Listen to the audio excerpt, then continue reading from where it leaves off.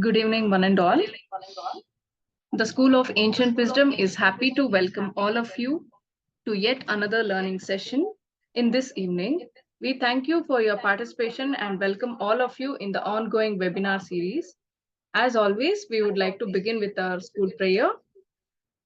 O hidden light, vibrant in every atom, O hidden light, shining in every creature, O hidden love, embracing all in oneness, may each who feels himself as one with thee know he is also one with every other.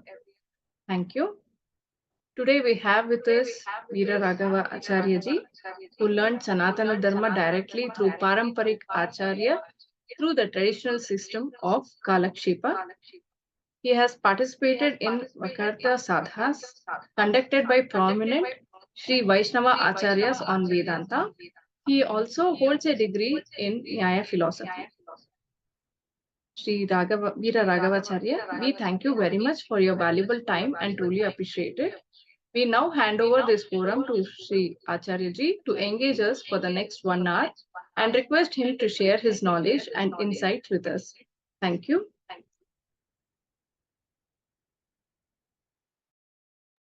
Kindly give me access to share the screen. Sure. Yes, given.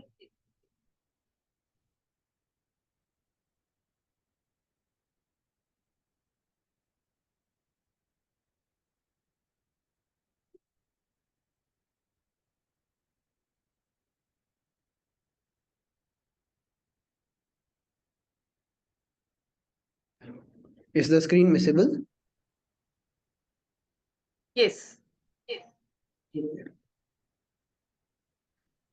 So let us begin. Shrivatsavamsha kalashodadhikaustubhasya Shrivasaraghava gurostanayam tatascha Vidya avapya vibudhottamatam dadhanam Kurve sadahridi gurum karunakarakhyam Lakshminatha samarambham nathayamuna madhyamam Asmadacharya paryantam vande guru paramparam Yo nityamaच्युत padambuja yugma rukma vyamohatastaditarani trinayamene अस्मद्गुरोर् भगवतोस्य दयैक सिन्धोः रामानुजस्य चरणौ शरणं प्रपद्ये श्रीमान् वेङ्कटनाथार्यः कवितार्किककेसरी वेदान्ताचार्यवर्यो मे सन्निधत्तां सदा हृदि.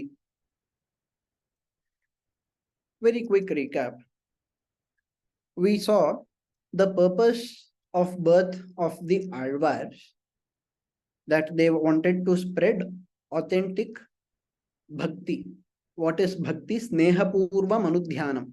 Bhakti rityabhidiyate. Sneha purva manudhyanam. It is not just thinking about the Supreme Being, but thinking about the Supreme Being with love. Sneha purva.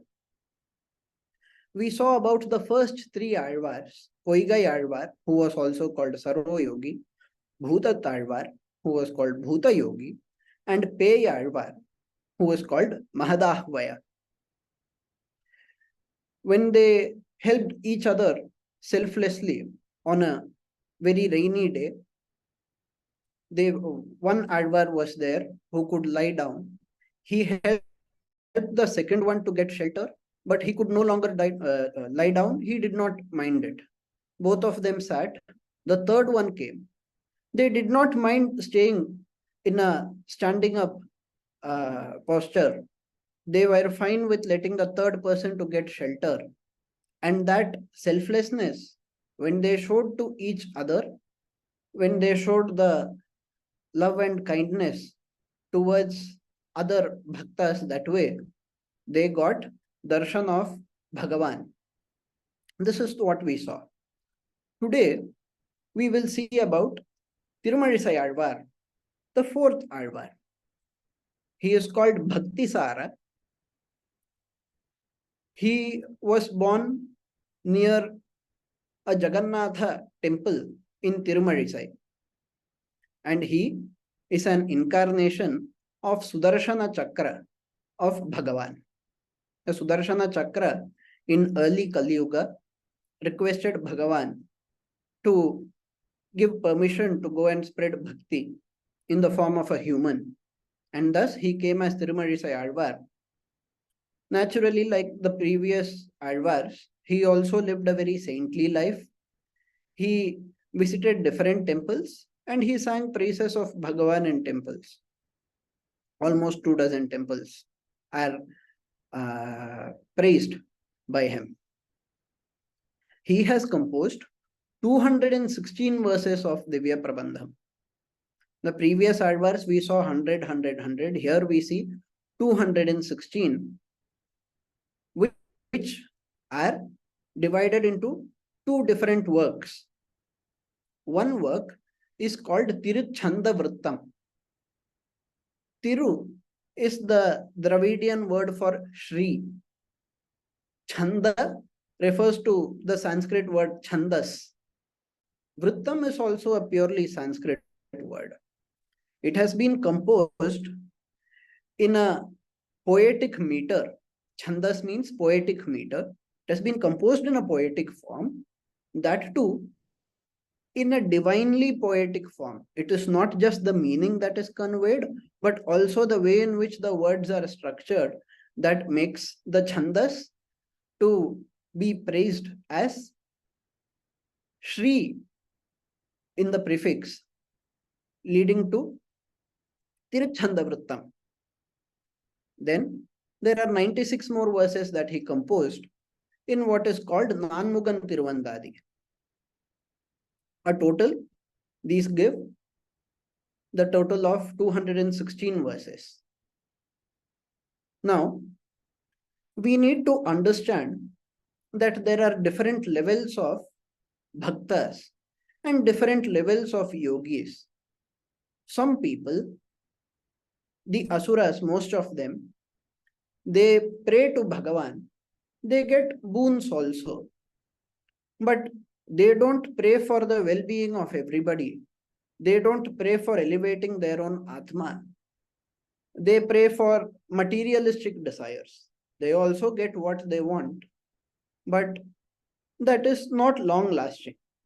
And there are always people who can better them. In a similar manner, we see that once in a while, people might show great bhakti also. People might show great austerity. They might perform all rituals. But they might not be fully connected to the divinity.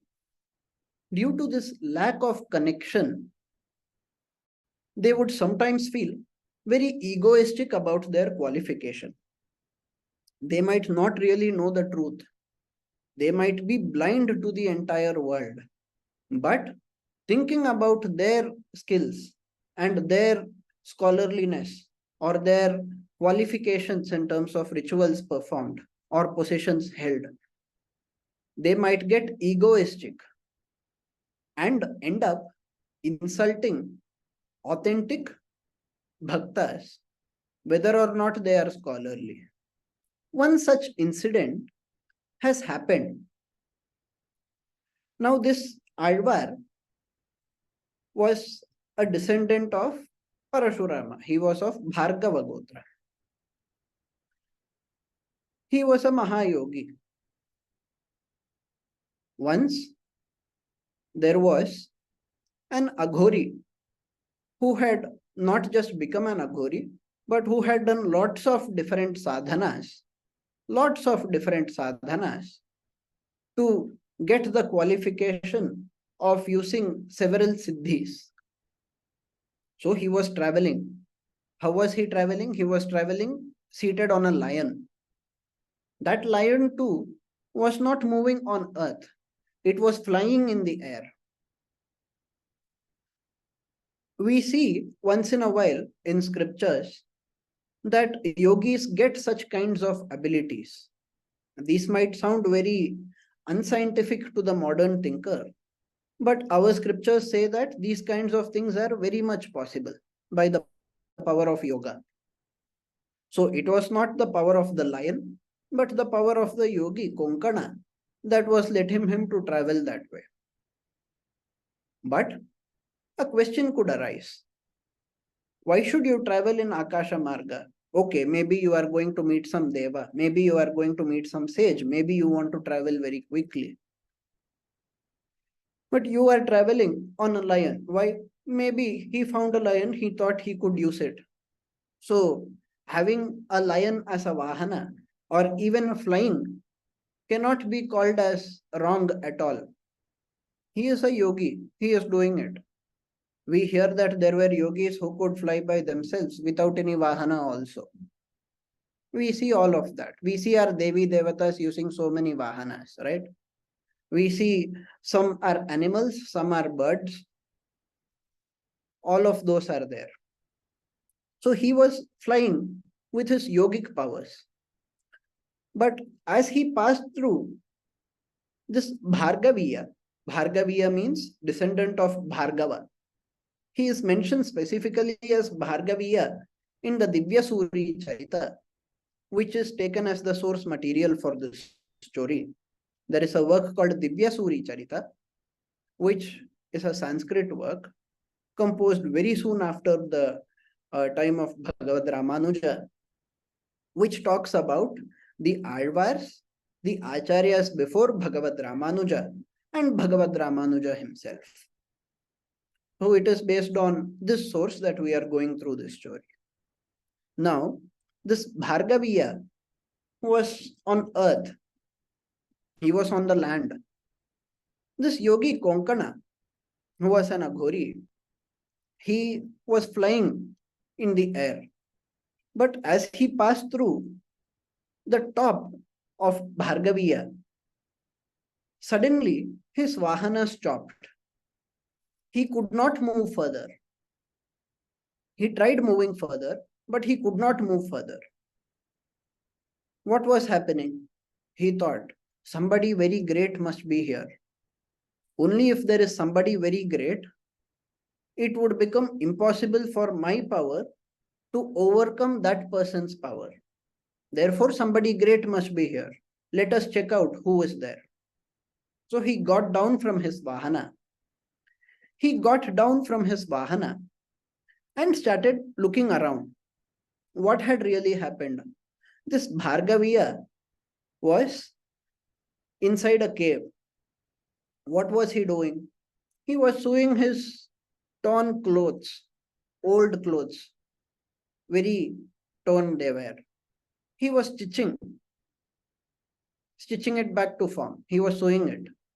At that time, he was also side by side praying to Bhagavan.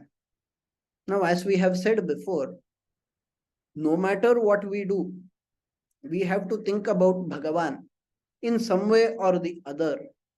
Those people who keep this as a rule and follow it, they think about Bhagavan all the time, no matter what they do. Whether I'm stitching, whether I'm eating, whether I'm doing some other work, whether I'm walking, at all points of time, a person who thinks only about Bhagavan. Madgaten antaratmana shraddhavan bhajate yomam, as Krishna says in Gita. That kind of a person who with great shraddha thinks about Bhagavan, he is freed from the effects of karma. Konkana could not immediately see Bhargaviya and understand his greatness. Konkana looked around. He eventually saw the cave. He thought, okay, above this cave is where we were passing through. Maybe there is somebody inside this cave. He entered the cave and he saw Bhargaviya. He asked him. When he looked at him, Bhargaviya looked very simple. An ordinary man with torn clothes, trying to sew it back to form. Konkana thought, oh, this poor person is trying to stitch because his clothes are torn. Let us offer new clothes. Konkana did not have new clothes in his hand, but with his power of yoga, he produced brand new clothes, very rich looking clothes, and he offered it. Bhargaviya could have accepted it, but he read the mind of Konkana and thought, okay, Konkana feels that He is giving something to us. Giving something to a poor person is not wrong. In fact, it is a great thing. It counts as charity. But there is one problem. This person is a great yogi. He is able to fly in the sky. He is able to travel on a lion. He is able to do everything. He is able to produce this cloth by magic. But he has not come out of kartrutva. Kartrutva, that is the sense of doership, which is associated with the feeling of ahankara. Ahankara does not necessarily mean arrogance. It means that I am doing something. The sense of doership. The greatest of the yogis are those who do not say, I am doing it. They say, Bhagavan is doing it. He is doing it. Everything is happening. I am not doing. I am not the karta. In this manner, the greatest yogis say. This particular yogi, however, Konkana, when he offered the clothes, he, in his mind, felt the sense of doership. Yes, I am so powerful. I am able to grant this to this person. He did not feel, oh, this is a hopeless person. I am very great in front of him. He did not feel that way. But he thought he would be proud of himself. He thought proud of himself. He thought, I have the ability to help this person. I am giving this person something. So Bhargaviya wanted to teach him a lesson. Teach him a lesson, as in not for a person who is evil, but as a person who is trying to evolve in the path of yoga. So Bhargaviya showed a glittering, precious jewel. What was it shown for? To show that he also has very rich items. So Konkana thought, this is a very poor man, I am offering him something rich. Bhargaviya showed him that he is not poor. He also has a precious jewel. If he tries, maybe he can also buy such clothes. It is not a big deal for him. But he is still stitching that. Looking at this, Konkana thought, oh, maybe this person is challenging us. We gave something rich, he is showing something rich. Let us show him something richer. So he took out a magical jewel and he presented it to Bhargaviya. He said, take this. This is a jewel that I have. This is a magical jewel.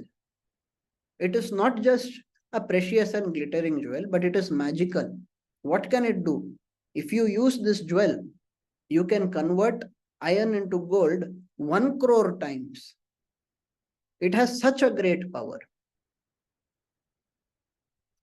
He had unfortunately misunderstood the intention of Bhargaviya. But Bhargaviya was already aware that it is going to happen. So he laughed at it. And he took some dirt from his ear and he created a jewel on the spot. And then he gave that jewel to Konkana and said, take this. This is also a magic jewel. It can convert iron to gold more than 1 crore times. Looking at this, Konkana understood that the person he was in front of was not an ordinary person. He admitted his defeat. He said, sorry, I shouldn't have taken this as a challenge from you and competed with you. You seem to be a greater yogi than me. Please give me your blessings so that I can advance further in the path of yoga. Saying so, he fell at the feet of Bhargaviya, took his blessings, and then went away. What do we learn from this story? The teaching is that when we do yoga and when we follow the various procedures prescribed by the scriptures, eventually, by following these, we could get lots of riches, be it in terms of physical wealth or power, all of that, ability, new skills, siddhis. But we should not stop at that. realizing that we are not masters of this siddhi. We have been granted these because we have somehow done something to get these. But in reality, there is a very long way to go. This is not the end of everything. There are much greater things to pursue than just these. Look at this Bhargaviya. He was praying to Bhagavan.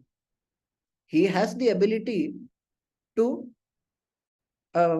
show precious jewels, which means he has precious jewels. He has the ability to create jewels that can convert ordinary metal to gold also. He has all that ability. Yet, he is wearing ordinary clothes, that too torn clothes. He is not using any magic to get the clothes proper. And he is praying to Bhagavan. Why? That is because his focus is not on the clothes. His focus is not on the materialistic things. His focus is in Bhagavan. His focus is in praying to Bhagavan, contemplating on Bhagavan. That is what he has done.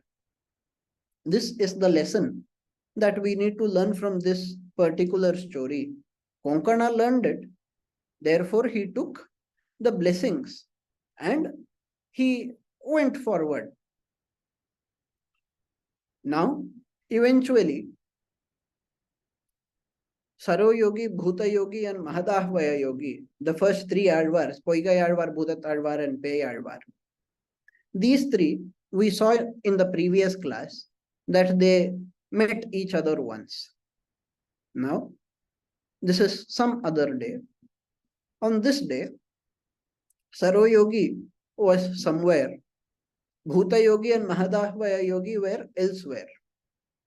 But all of them, through their Divya Drishti, they got the feeling that somewhere in some cave there is a very great being. They could see light emanating from there.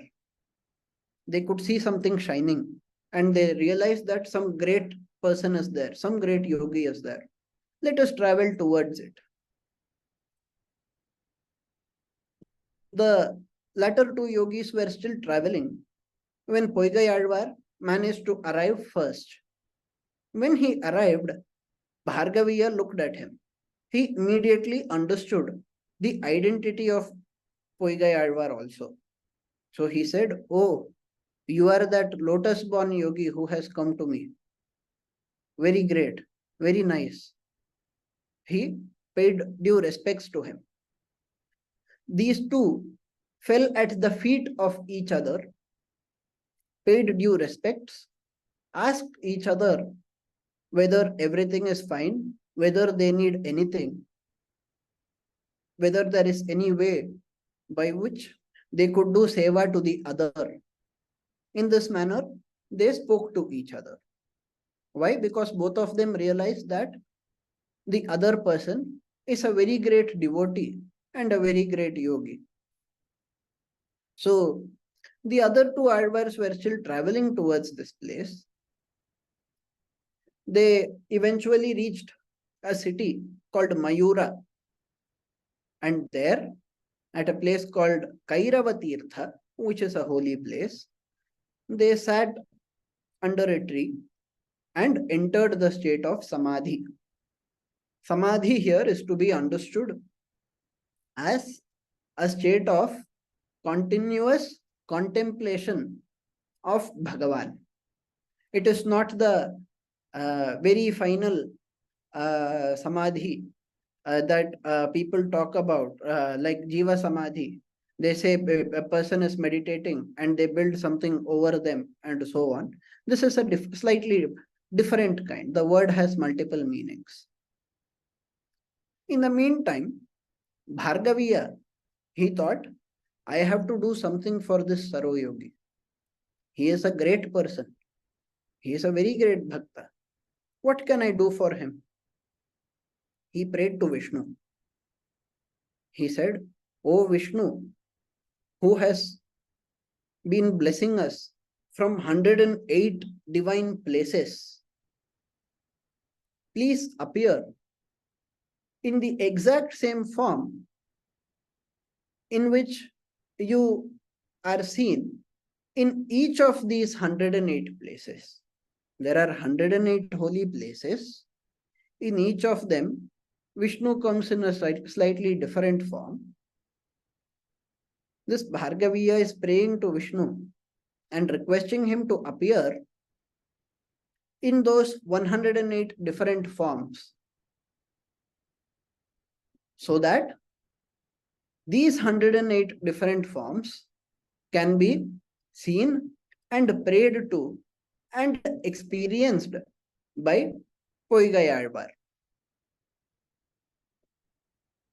He gave this experience, this unique experience to Poigayalvar, after which the latter left the place with a feeling of bliss. Why bliss? Because he has seen 108 Vishnus. That is a great thing. But now, there are two things that we should think about.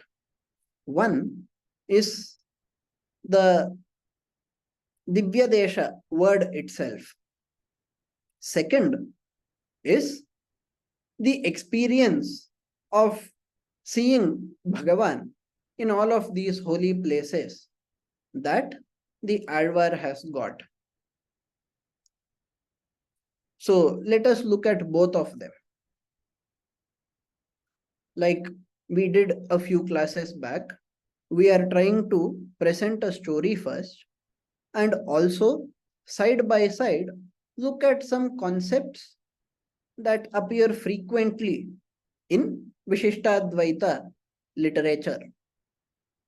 The concept we are talking about right now is called Darshana Samana.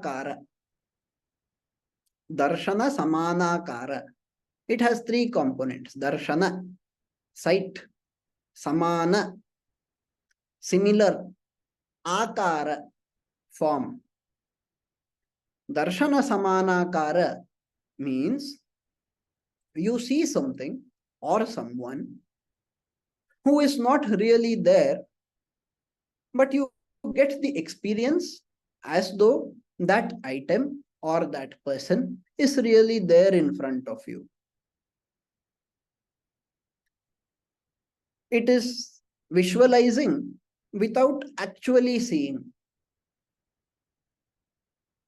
Isn't it the same as mirage? A person could ask. What is a mirage? You go to a desert. There is a long stretch of sand. You walk continuously during the day. The sky is blue, but there is no water around. What happens? Eventually, we would get the feeling of a water body being in front of us at some distance. At some distance ahead of us, we would feel that there is a water body, maybe a pond or a lake. And we would want to go closer there to get the water. But when we travel there, we would realize there is no water. There is only sand. This is called mirage. I have personally seen mirage in arid regions and also on tar roads on very hot days. We see mirage. What does it mean? We are seeing something that does not really exist there. Is this a mirage in the case of Bhagavan? No, it is not. Why is it not a mirage? It is not a mirage because firstly, Bhagavan is omnipresent. He is everywhere. You are visualizing his presence here, but his presence is everywhere. Therefore, he is also here. Therefore, this is not a mirage. Secondly, now a question might be asked. What if I say that he is indeed everywhere, but others don't get to see him, others don't get to feel him? You alone are experiencing it. What does it mean? It means this is a state created by your sense organs.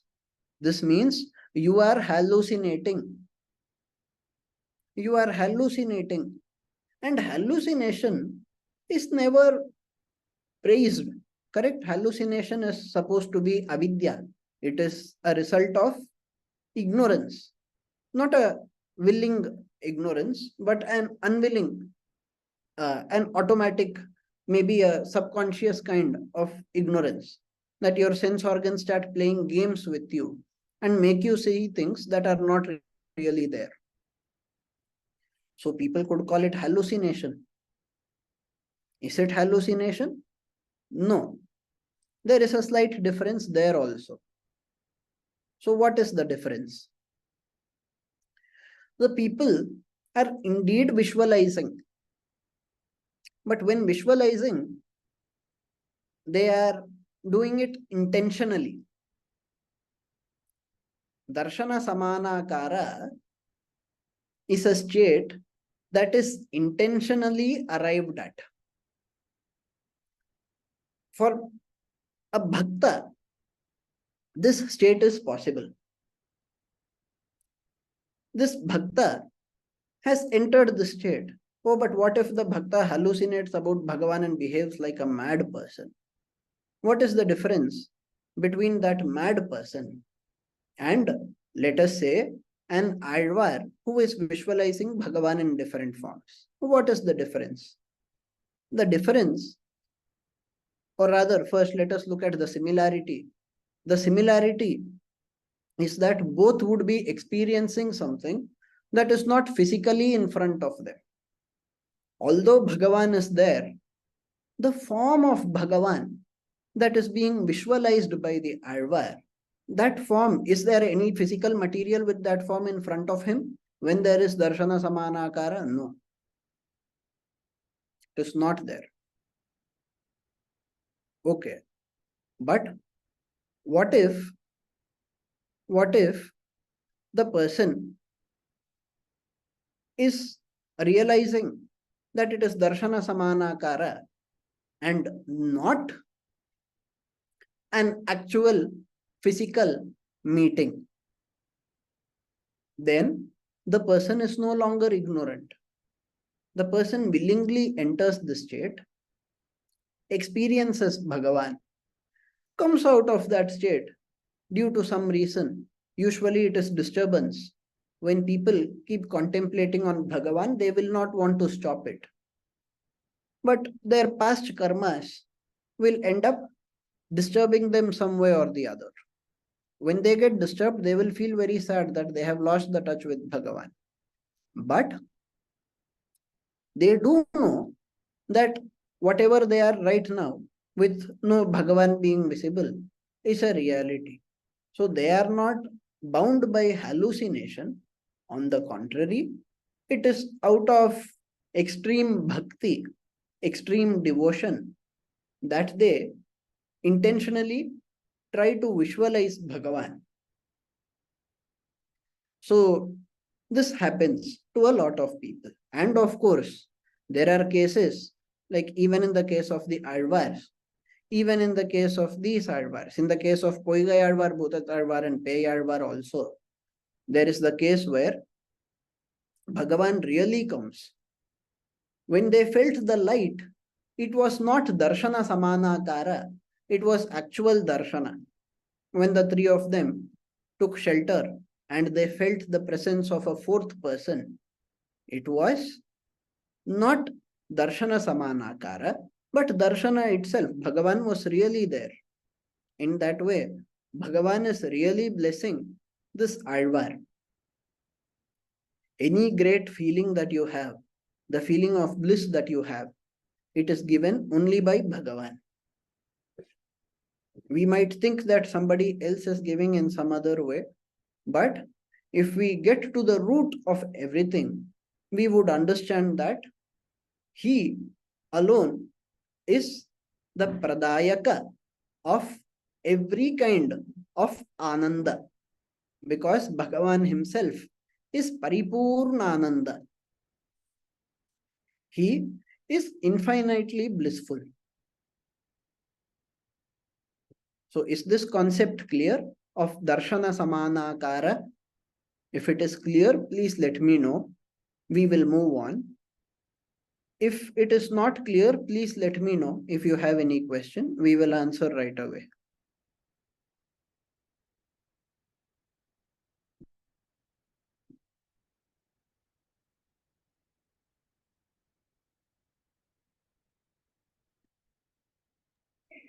Meera Narayan says it's clear. It is Okay. clear. Very good then. So let us continue. What we are going to see next is a very easy thing. That is the concept of Divya Desha. Divya Desha, literally the word Desha, we frequently use it to refer to country, right? In Hindi, when you say Desh, it means country.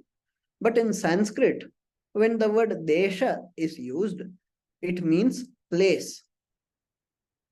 It means place. It does not necessarily mean country. It could be a small piece of land. It could be a country. It could be a state. It could be the entire continent. It could be the entirety of space that exists. That is also called as Desha in Sanskrit.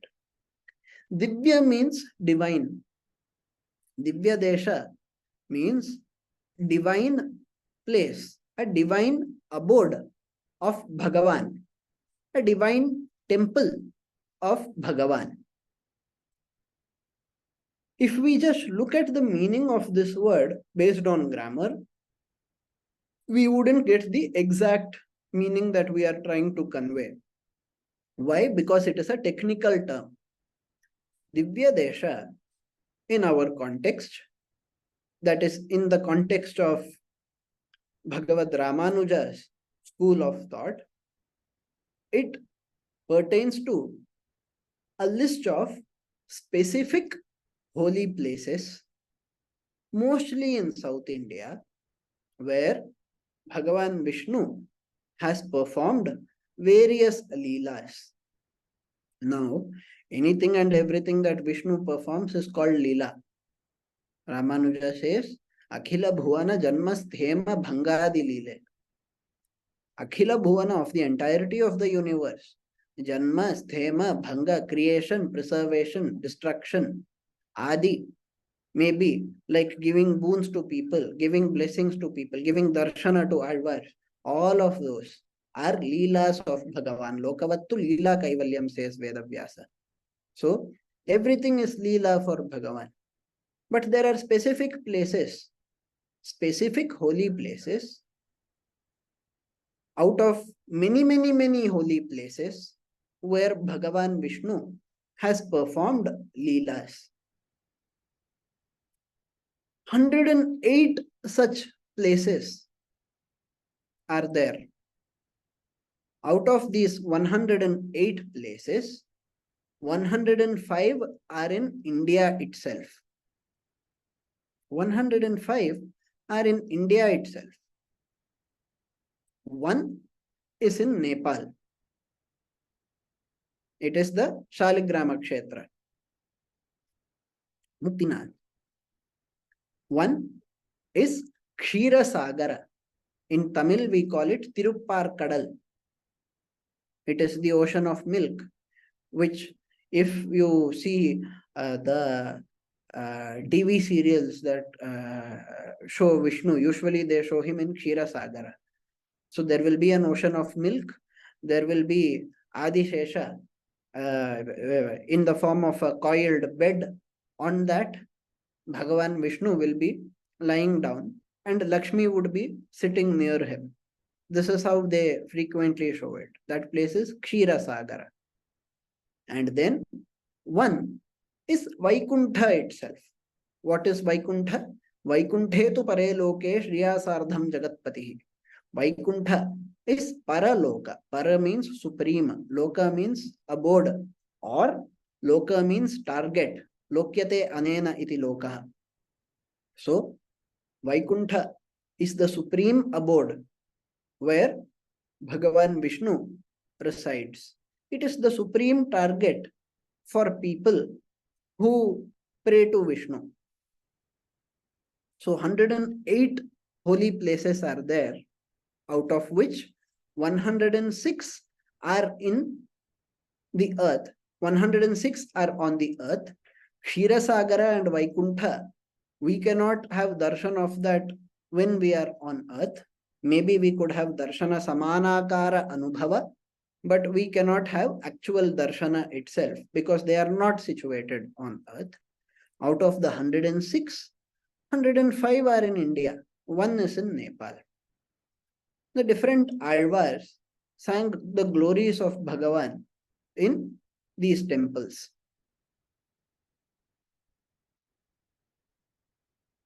Divya Deshas, I said one is in Nepal. It is the Shaligrama Kshetra.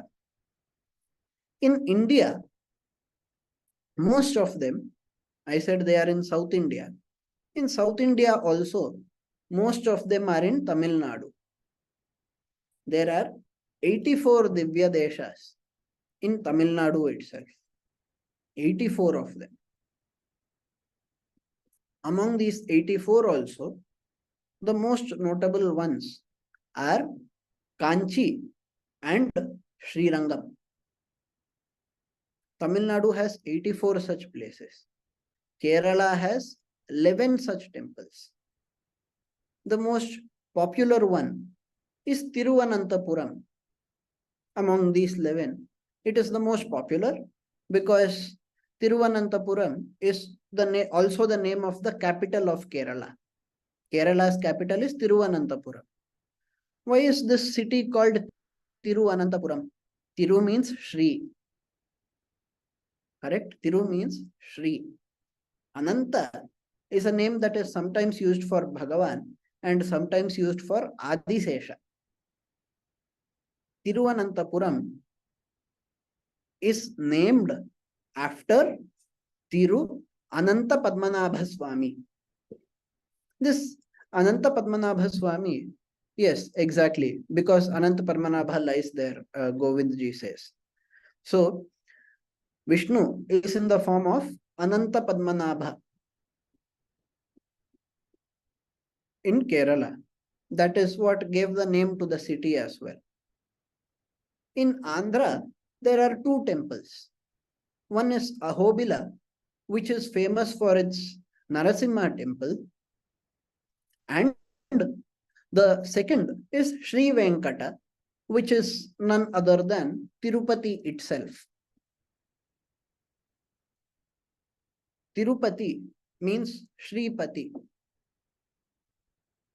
Tirupati, the mountain, Tirumala, it is also called Sri Venkatagiri. So, Andhra has two temples, Ahobila and Sri Venkata. In Gujarat, there is one temple, Dwaraka. In Uttar Pradesh, there are 4 temples, Ayodhya, Naimisharanya, Mathura, and Gokula. Uttarakhand also has 3 temples. You add all of them, 84 plus 11, 95, 95 plus 2 plus 1, 98, 98 plus 4, 102, 102 plus 3, 105. And then the 106th temple is in Nepal. The 107th is Ksheerasagara, which we cannot see by ourselves when we are on earth in this manner. Great rishis and yogis managed to visit it. The devas were able to visit Vishnu there in Ksheerasagara, where Bhagavan is Ksheerabdhinatha. And then finally, there is Sri Vaikuntha. This Vaikuntha is something that even the great rishis, yogis, and devas cannot visit. Vaikuntha can be visited only by attaining moksha. The original Sri Vaikuntha can be visited only by attaining moksha. What do we mean by can be visited only by attaining moksha? It means that when the jiva is an anu. Anu means it is of limited space. It is occupying limited space, correct? The jiva that is associated with me is bound by my physical body. It does not have influence over your physical body. So there is a binding. Why? Because the jiva is inside my body. It is not inside your body. My jiva is inside my body. Inside your body, your jiva is there. This jiva, therefore, occupies finite space. When it occupies finite space, it means it is possible to move. Does the Atma move? Yes, it moves. It moves from one body to another. We call it as rebirth. It moves. There is Swarga, there is Naraka, there is Punarjanma. All of these happen through the movement of the Jiva. Likewise, when the Atma performs Brahma Vidya is a supreme Vidya. There are many types of Brahma Vidyas, but it is the supreme Vidya because it talks about the supreme Brahman. Brahma Vidya teaches about that Brahman. It teaches us how to attain that Brahman. Every path towards Brahman, which works, which is a real path, is called Brahma Vidya. It is taught by the Vedas. We see Brahma Vidya mentioned sometimes in Mahabharata. We see it in Pancharatra also. There are certain places where we see it. So those who follow Brahma Vidya, there are many ways, right? Some people do great tapasya. Some people show great bhakti. Everybody does something or the other to advance and eventually attain moksha. Those who attain moksha alone get the proper darshana of Shri Vaikuntha. So Shri Vaikuntha is the supreme Divya Desha and the last Divya Desha that any Vaishnava Atma is ever going to visit. The others, among the others, Ksheerasagara is very great, yes, but on earth we have 106 temples. By visiting these temples, or even some of these temples, and praying to Bhagavan, we could get the kataksha, the blessing that would eventually lead us towards the final Divya Desha, that is Vaikuntha itself. So that completes the agenda that was planned for today. If you have any question based on whatever we discussed about Divya Desha just now, or about Darshana Samana Kara from before, please let me know. Can we get a list of temples, please? Yes, that is very easy. You just Google Divya Desha and you will get the list of that. If I'm not wrong, there is also a Wikipedia page for it. So it is quite easy to get the list. If you want, I will just search for Divya Desha and share the link of the Wikipedia page with you. That has the complete list. Here, I have shared on chat itself.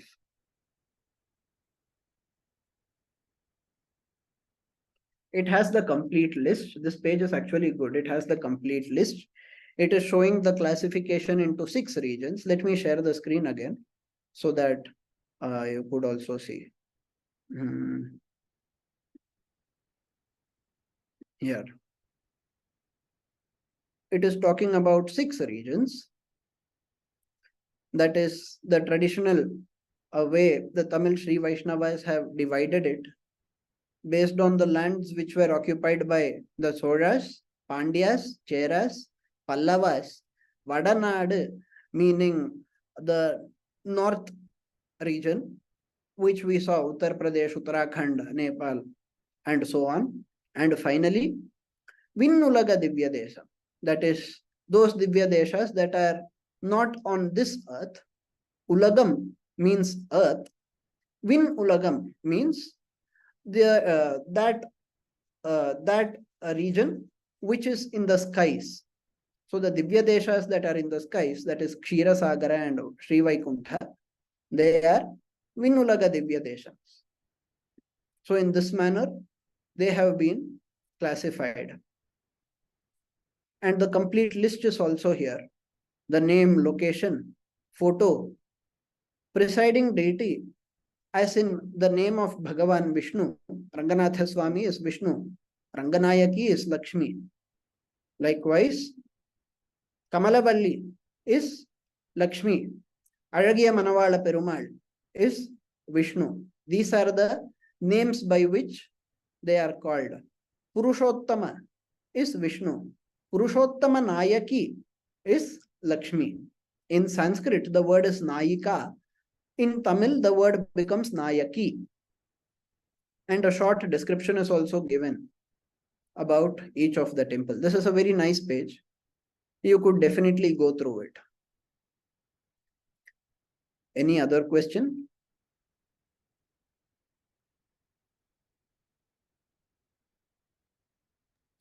Last time I asked about this Purna Sattva or pure Sattva, Yes. Shuddha Sattva. Shuddha Yes. Sattva. So, see, there are three gunas, Sattva, Rajas and Tamas. But in Prakriti, these gunas always appear as a mixture. Everybody has Sattva guna, Rajoguna and Tamoguna. Everything has Sattva guna, Rajoguna and Tamoguna. Guna, when we translate it as character, it does not refer to the character of a person, but about a characteristic feature or a characteristic nature. That is how we should take it. Now, in Prakriti, every entity has all the three gunas. When we say it has all the three, it does not mean I have one hand, I have two hands, two legs, and one head. Not that kind. These gunas are in a mixed state. Hence, we call it as Mishra Sattva. Mishra Sattva means Sattva guna, Rajoguna, Tamoguna, which are there in a mixed form. So, Krishna says in Gita that sometimes the Sattva guna is more prominent. People in whom Sattva guna is seen to be more prominent are called Sattvic people. So when Krishna says, Yajante Sattvika Devan, the Sattvikaha that he is talking about in the 17th chapter are not people who are made of Shuddha Sattva, but people in whom Sattva guna is shown more predominantly when compared to the other two gunas that are also in them. That is what Krishna means there. So now we have understood what is not Shuddha Sattva. What is Shuddha Sattva then? Shuddha Sattva means it is pure Sattva that is void of Rajas and Tamas. They usually appear as a mixture, but in specific cases, pure Sattva guna alone exists. For example, when Bhagavan takes an avatara, he comes as Rama, let us say. The physical body of Rama does not have Rajoguna or Tamoguna. It will look exactly like a human. It would behave exactly like a human. But in reality, all of that is Leela because it is void of impurities. It is void of impurities. It is Shuddha Sattva. It will never ever get sweat or any kind of dirt. It would repel anything that is bad. That is the nature of Shuddha Sattva. Bhagavan's body, when he takes avatara, or even when he is there in Vaikuntha, we just saw that the Alvar was given darshan by Vishnu of 108 Divya Deshas. Among these 108, Shri Vaikuntha is also one.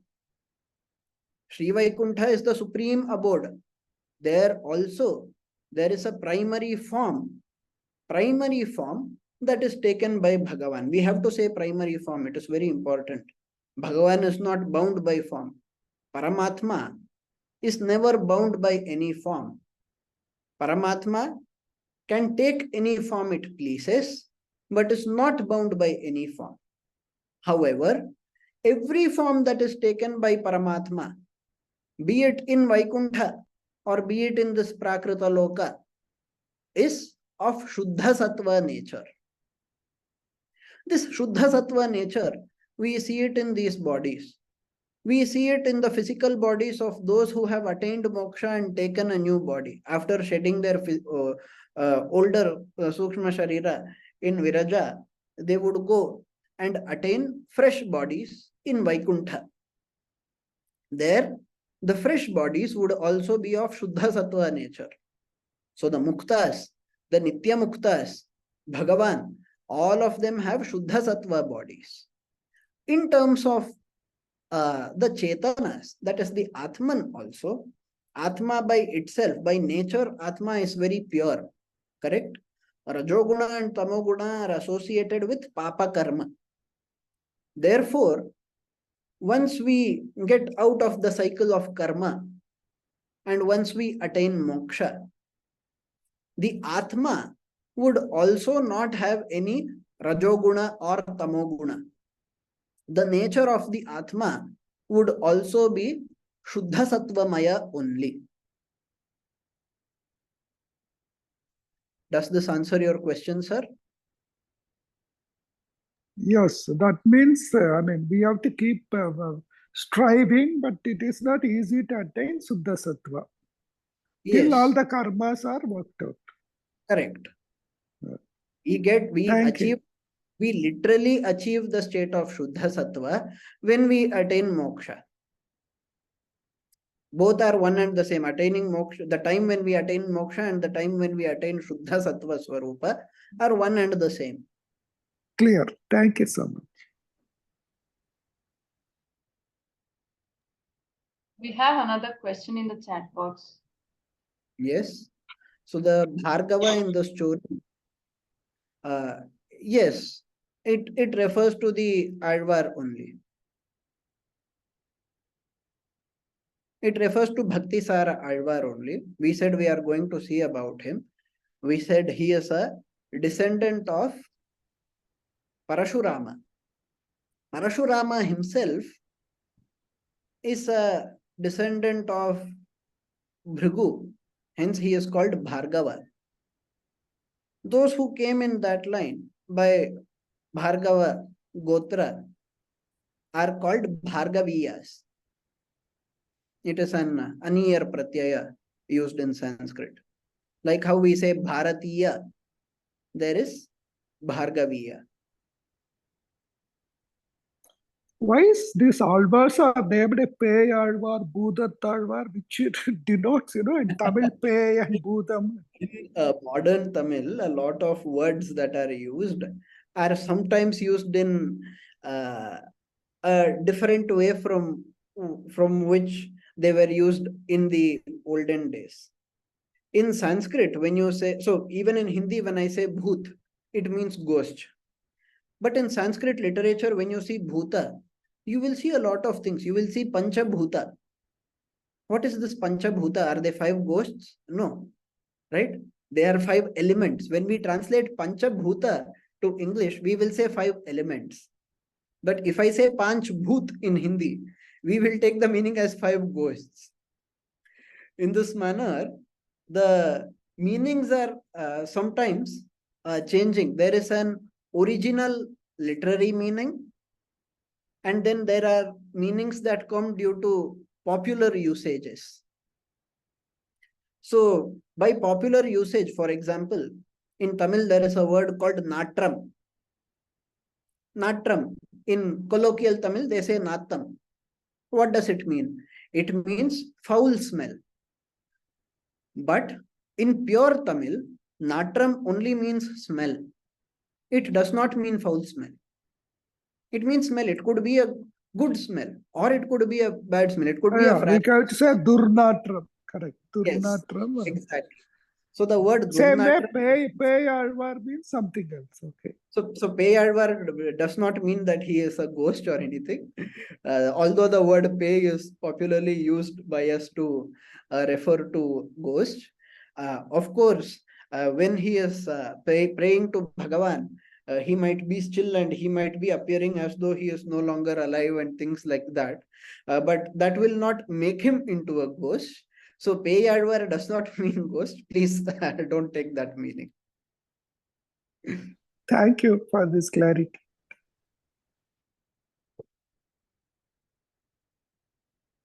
Anything else? No questions as of now. Okay. Let us conclude then. श्रीवत्सवं शकलशोदधिकौस्तुभस्य श्रीवासराघवगुरोस्तनयं ततश्च विद्यावाप्य विबुधोत्तमतां दधानं कुर्वे सदा हृदि गुरुं करुणाकराख्यं लक्ष्मीनाथसमारम्भां नाथयामुनमध्यमाम् अस्मदाचार्यपर्यन्तां वन्दे गुरुपरम्पराम्. Thank you. Thank you so much, Anjali. This was a wonderful session. So we shall all meet tomorrow. That is Ask Me Anything with Dr. Sanjeev Nayak. Please list down your questions. And it is an interactive session. You can ask any question regarding yoga, spirituality, and Ayurveda. Thank you so much. Meet you tomorrow at 6 o'clock.